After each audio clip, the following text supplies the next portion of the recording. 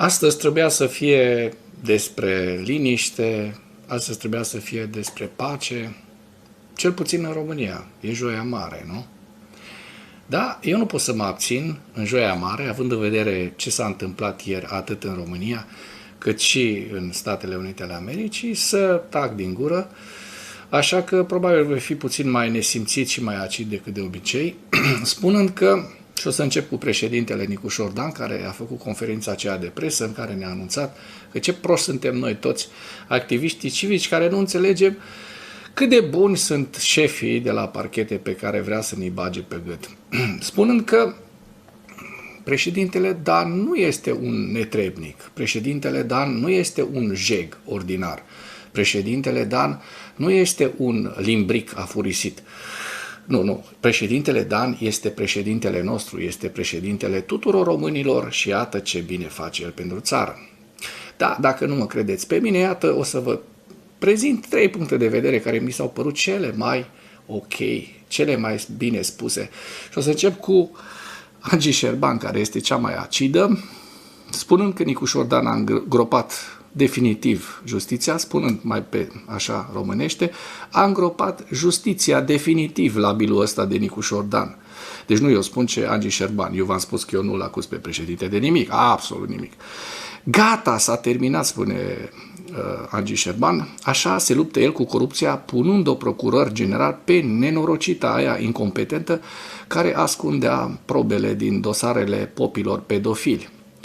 Voinea care a nenorocit DNA și noi ne-am luat amenințări cu moartea pentru terminatul ăsta referindu-se la Nicușor Dan. De-aia era el nervos pe noi la Cotroceni că avea de livrat să-ți iei la revedere de la mandatul al doilea trădătorule, ai ales tabăra infractorilor, nenorocitule. Deci devine și el de infractor dacă s-a aliat cu nenorociții ăștia. Aia cu CNA și realitatea a fost diversiune. Și eu cred asta, pentru că ați văzut CNA-ul a închis realitatea, apoi cei de la Curtea de Apel București au redeschis-o. Deci un fel de manevră ca să ne ia nouă vălul ăsta de pe față. Să-ți faci bagajele, zice, mă rog, nu zic mai departe că e așa, dar ce-mi place mie foarte mult, Valeriu Nicolae, care spune că eu simt că Nicușor Dan își bate joc de mine. Și eu, la drept cuvânt, simt că Nicușor Dan își bate joc de noi toți cei care l-am votat cu bună credință și care l-am și susținut, nu-i așa, pe gratis, pro bono, în campania electorală pe paginile noastre, care nu sunt chiar mici. E a doua oară când mă simt luat de fraier de către președinte. Promit că este ultima dată. Nu presa trebuie să investigheze cazul Georgescu și Potra, ci tu, șeful șefilor de la SIE, SRI și restul serviciilor secrete, tu ca șef al CSAT, tu, geniule, tu trebuie să te asiguri că serviciile alea pe care le plătim noi enorm și cam degeaba își fac treaba și investighează.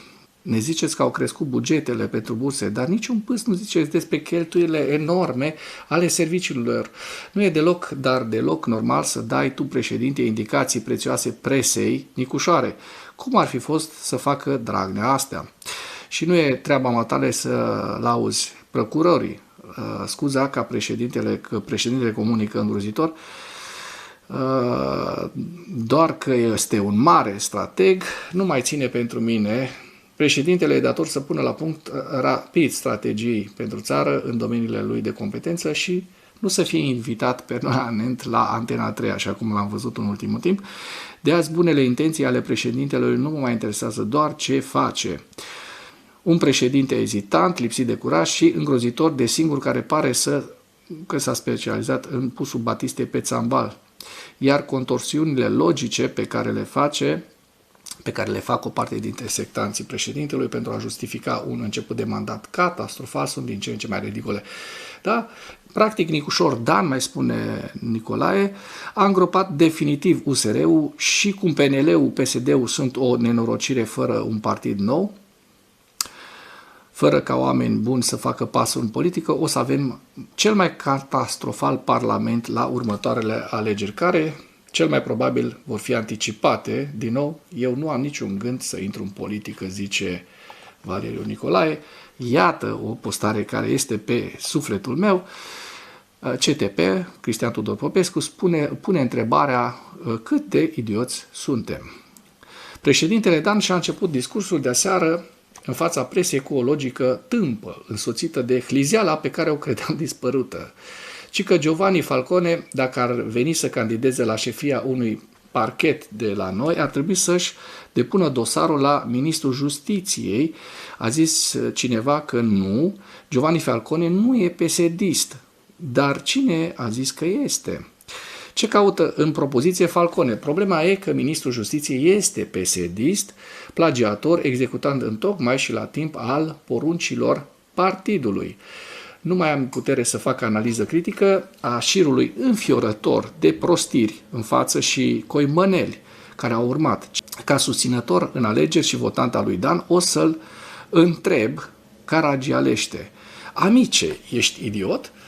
Că acum e președinte, doar pot să-l întreb, ca pe un matematician, cam cât ați calculat că suntem noi de idioți, cei care v-am votat. Da? Cam asta ar fi întrebarea. Cam cât crede președintele Dan că suntem noi de idioți și nu vedem că face un blat cu PSD-aua, cu mafia. Dar o să-mi permit să spun și la final, mie mi se pare că Nicușor Dan, de ieri, este președintele mafiei, este președintele PSD, poate să-l și pună în frunte la viitoarele alegeri, să pună candidat din partea PSD și probabil PNL o să facă ăștia un USL împreună, pentru că USR-ul eu cred că este pe copcă în momentul de față, cu această mutare a lui Nicușor Dan, ne-am spălat pe mâini și de USR. Nu știu ce partid o să apară în față, nici nu o să merg mai departe să zic o să plec din țară acum că Nicușor a nebunit. Dar n-a nebunit, Nicușor face niște interese, niște jocuri de interese, mi-a fost tare frică de aceste lucruri. Vă aduceți aminte și în campania electorală când am susținut, am spus că susțin, dar sper să nu calce pe bec ca și ceilalți, pentru că voi fi acolo pentru a-l critica și iată o fac. Dar degeaba o facem, pentru că iată îl doare undeva în dos. El știe că după ce face toată povestea asta nu mai poate să primească susținerea societății civile și probabil va fi candidatul pentru viitoarele alegeri, cum îi place lui să facă din mânuțe așa, să gesticuleze, că nu-i vin cuvintele, pentru că nu prea știe să vorbească, omul chiar este un pic așa cam nătâng în domeniul comunicării, dar nu asta a fost. Noi am zis că îl votăm pentru că este un om de bună credință, da? Nu mai este omul de bună credință, așa că va migra către PSD-PNL. Eu nu pot PSD. Da, ăsta este primul, nu chiar primul, sunt mai mulți președinți care ne-au dezamăgit, dar este primul care ne-a dezamăgit încă de la începutul, din primul an de mandat. Să nu uitați acest lucru. Și mai vreau să spun ceva în legătură cu ceea ce a făcut Donald Trump nu azi noapte, ci acum 2 nopți, ieri noapte, da? Pe la 3 dimineața, ora României, a apărut și a zis: am semnat un armistițiu pe 14 zile, pe 2 săptămâni, în care nu mai bombardăm, nu mai facem nimic. Mă rog, ăștia din Israel au bombardat și azi noapte, în timp ce iranienii pe bună dreptate denunță deja acel acord, dar lucrurile bune care au decurs în urma acelui armistițiu a fost faptul că de la 110 barilul de petrol a căzut la 92 ieri. Ceea ce este un lucru bun. Bursele s-au întărit foarte, foarte mult, au fost creșteri atât pe bursele asiatice cât și pe cele americane și europene, undeva între 2 și 4,5%, deci o întărire semnificativă. Da, o să vedem și cât o să ne țină toată povestea asta, pentru că tot ieri noapte, s-a întâlnit Mark Rutte, a mers la Washington să se vadă cu Donald Trump. Și acolo Donald Trump o ține în continuare langa cu NATO, că este dezamăgit de NATO și că ia în calcul să scoată Statele Unite ale Americii din NATO.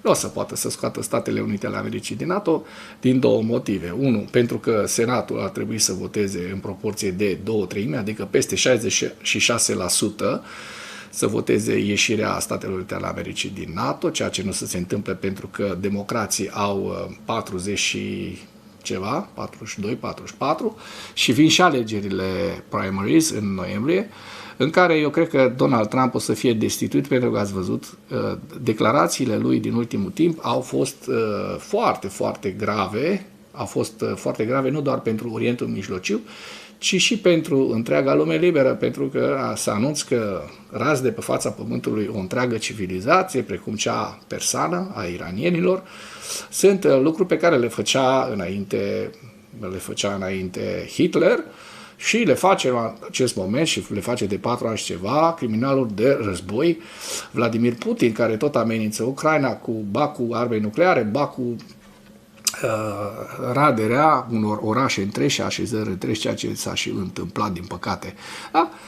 Cu toate aceste lucruri pe care vi le-am prezentat, sunt niște vești bune și din Ucraina. Mi se pare că Ucraina face foarte bine în acest moment față războiului. Au reușit să bombardeze mai multe puncte strategice. O să vă prezint și un bombardament împotriva unui pod, care au reușit să-l doboare în premieră cu drone ucrainenii. Da? De asemenea, ucrainenii au reușit să lovească în Crimea niște puncte strategice, au lovit și ultimul feribot care transporta înspre Crimea provizii și muniție pentru armata rusă. De asemenea, lucruri foarte esențiale.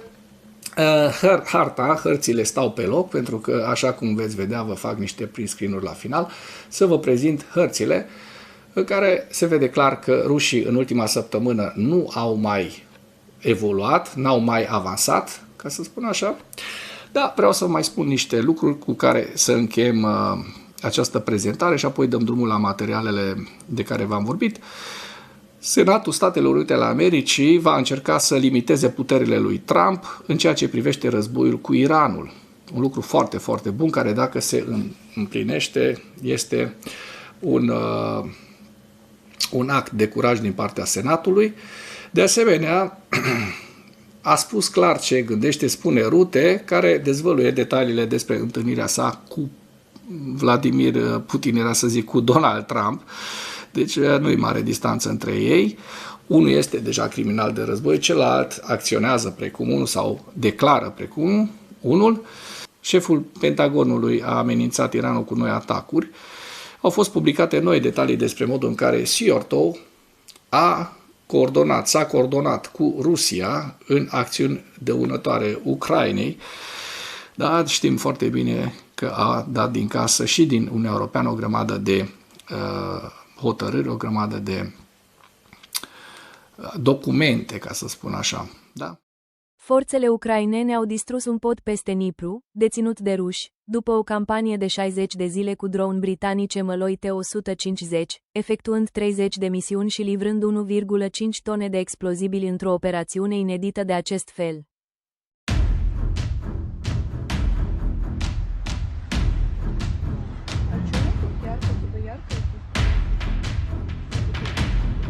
Unitățile GEUR ucrainene au scos din funcțiune ultimul feribot feroviar rusesc, Slavianin, din strâmtoarea Kerch cu atacuri ale dronelor, vizând un element logistic cheie care aproviziona Crimea ocupată cu combustibil, arme și echipamente. Feribotul a rămas operațional după atacuri anterioare asupra unor nave similare.